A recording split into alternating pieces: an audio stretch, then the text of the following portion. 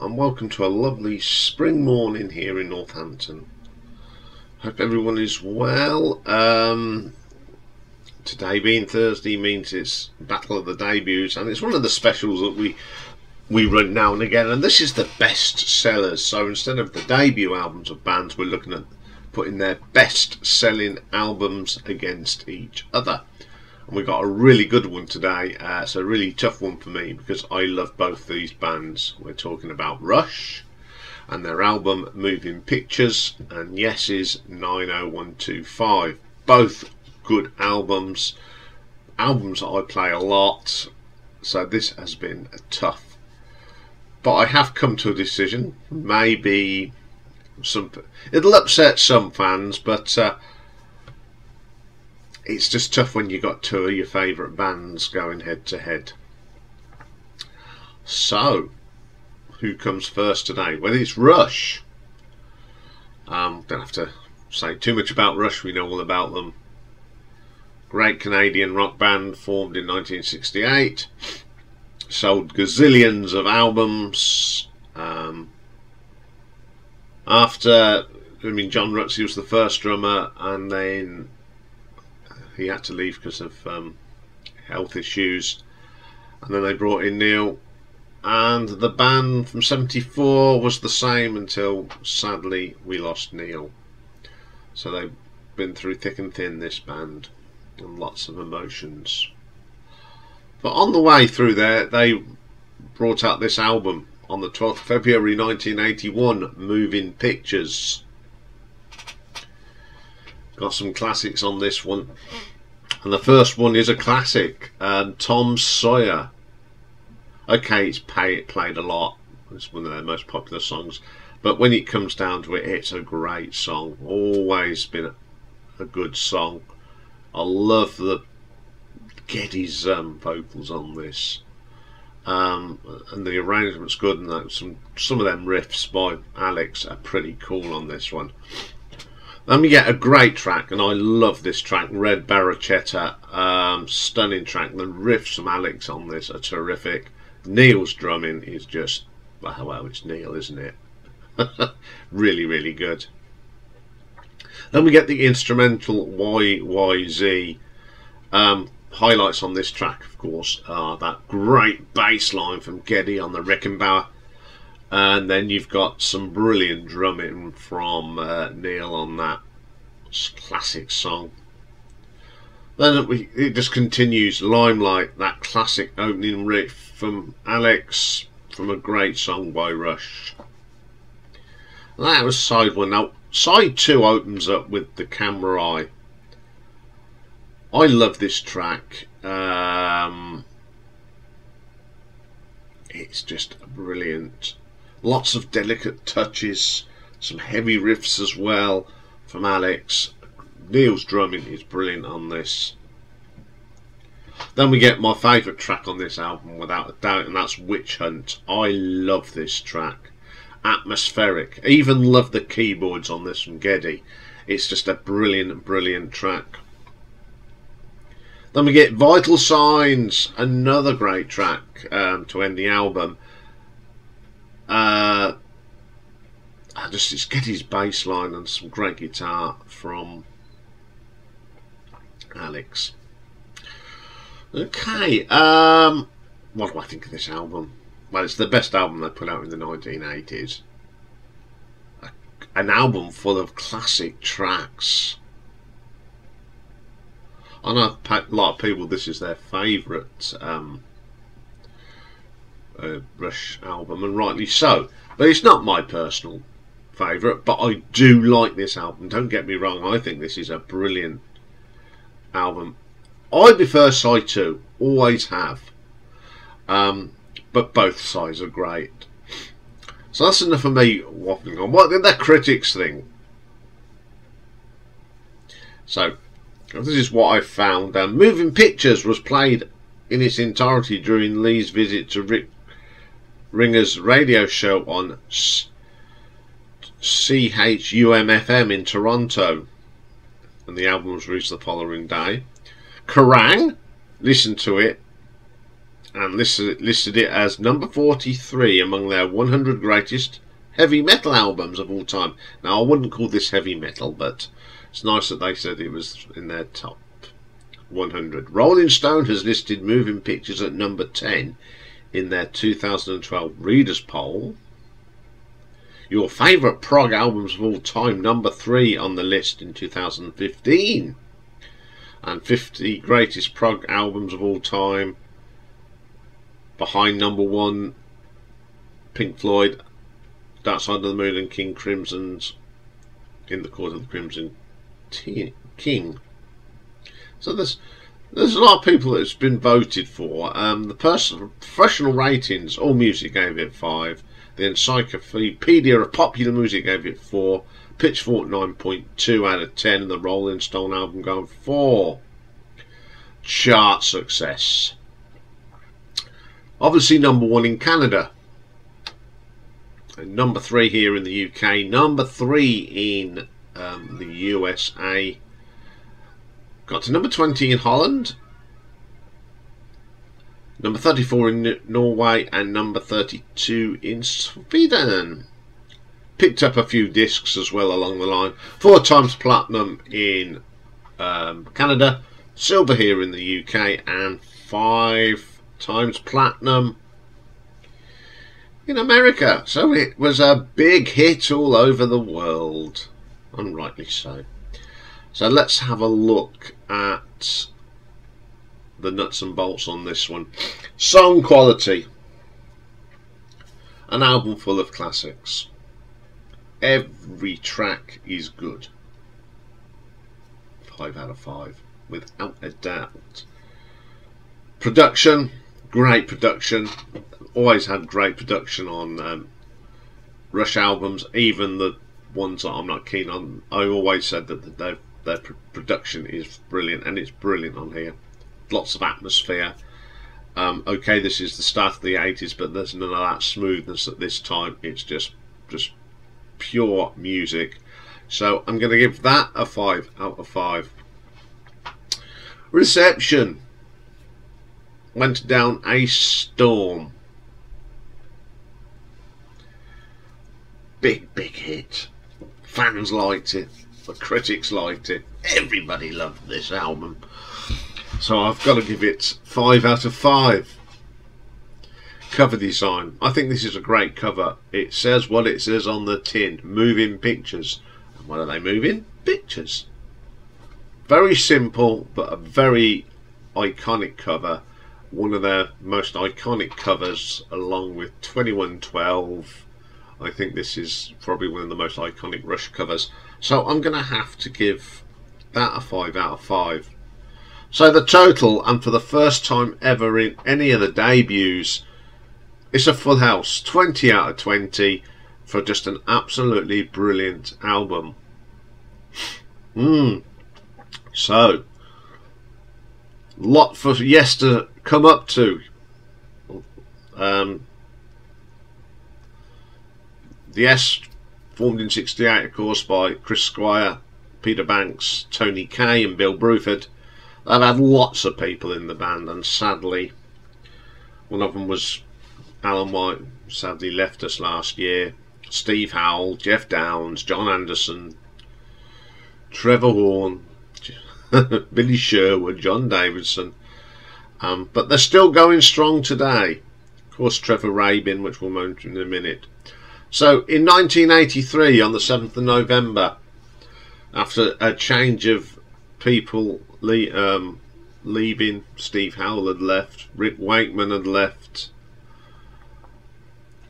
so they're a totally different band now. Jeff Downes had left, so they brought out 90125. Although Trevor Horn was still produced it, they got back John Anderson, and in come the original keyboard player Tony Kaye. So it was John Anderson, Chris Squire, Trevor Rabin on the guitars, Alan White and Tony Kaye. Track 1. Dun, dun, dun, dun. Boom! owner of the Lonely Heart. Of a Lonely Heart. Classic rock track. Good track. I do like this track. But it gets overplayed. But I still have a little bit of a flame for that track.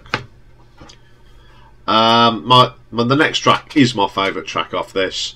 And I love how it's introduced live. On the drums, Mr. Alan White. It's great to be here with you tonight. Hold On. Absolutely brilliant track. Love Trevor's guitar riffs in this. And I love the singing John Anderson's whoop whoop. I just love it. Great track. One of my favourite tracks by Yes. Okay, next track. It Could Happen.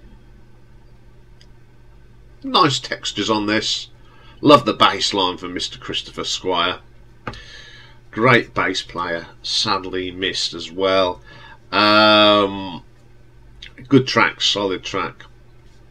Then we get Changes. Now, I know there's a lot of you love this track, but I find it a little bit disjointed.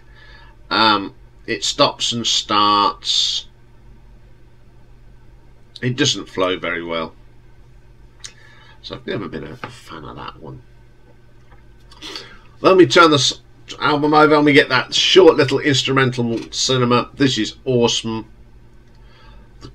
Trevor Rabin, great guitarist. I love this. It's short and sweet, but really good. Then we get the brilliant Leave It. Love the harmonies in this. It's my second favourite track on here. Trevor Rabin's vocal is pretty good on this. And I love little sort of the boom, one down, one to go. I love all that. That's great. I've got the 12-inch single on this, and it's got the long version of this on the extended, and you get more of that sort of a cappella sort of sound. It's really, really good.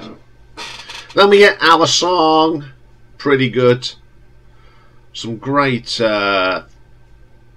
guitar work again from Trevin. Solid song. Love that song. City of Love. Now this starts with that distinctive bam bam from Chris Squire on the Rickenbacker again. Good track. Solid. Then we get Hearts. The last track. I've never been a fan of this. To me this is a bit of a filler on this album. It's really 280s for me, and I'm not the great fan of this. What do I think of this album? I think this is a damn good album. I think, yes, in the 80s, especially this time, everything was smoothie and delicate, but Trevor Horn, good producer, they kept the sound and they kept it relevant, and I think this is why this album was successful. And it sort of brought in new fans. There's some fresh songs on it. I really do like this album. Obviously I prefer a lot of the classics, but I do play this album quite frequently. So yeah, I do like this album. So I don't think it's a classic though, but it's a very, very good album. Okay, what do the critics think? Well, it was a bit mixed here. A review in the Morning Call considered 90125 as one of the band's best releases, calling it the missing link between the popular earlier albums, the Yes album from 71 and Fragile from 71.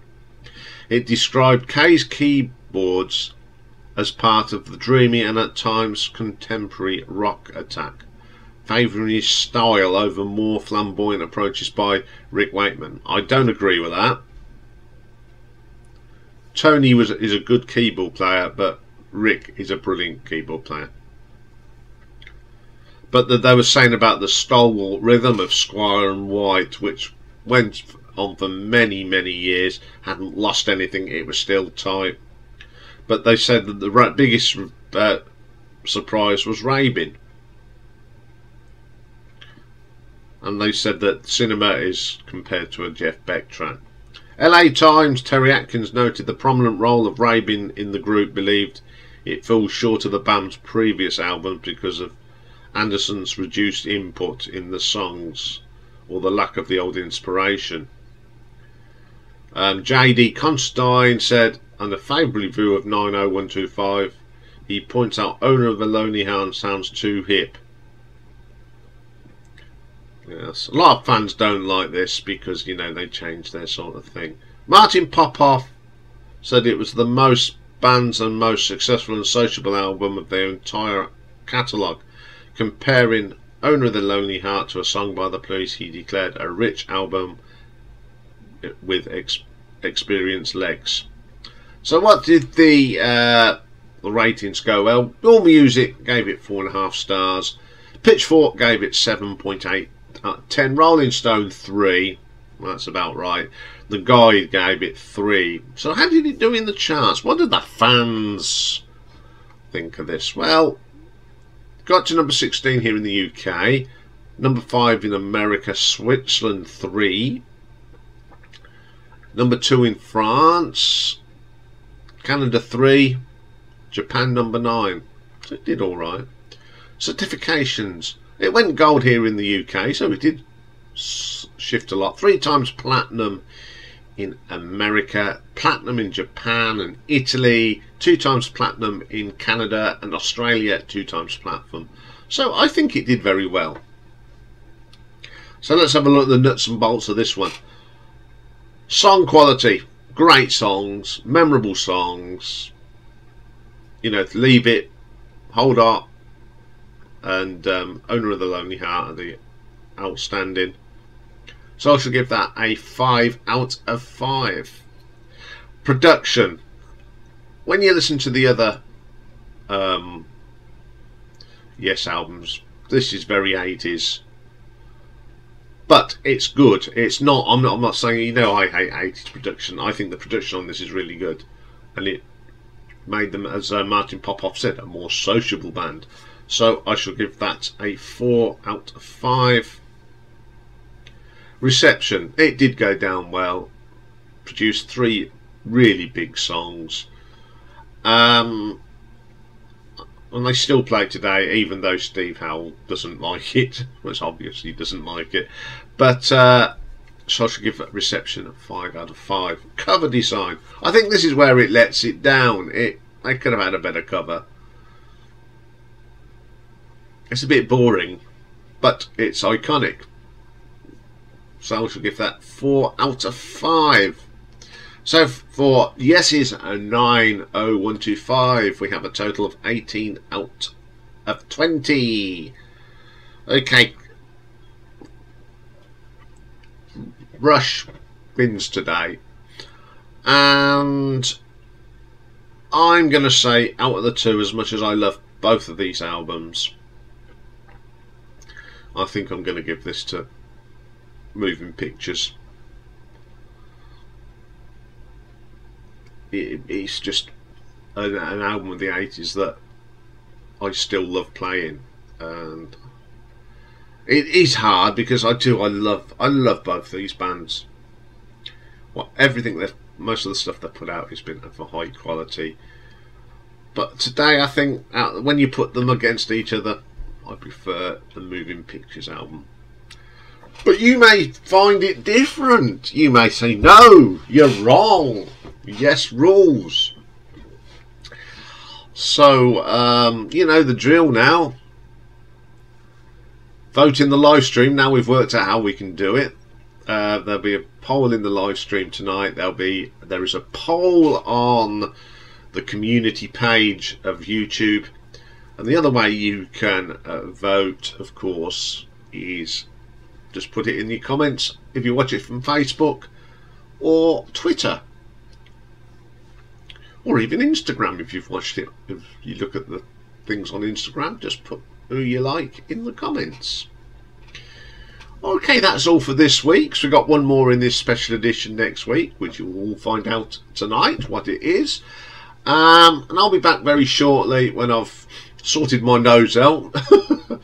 And we've got a trip down memory lane today, which means it's the UK Top 10 on the 23rd of March, and the year this week is 1958.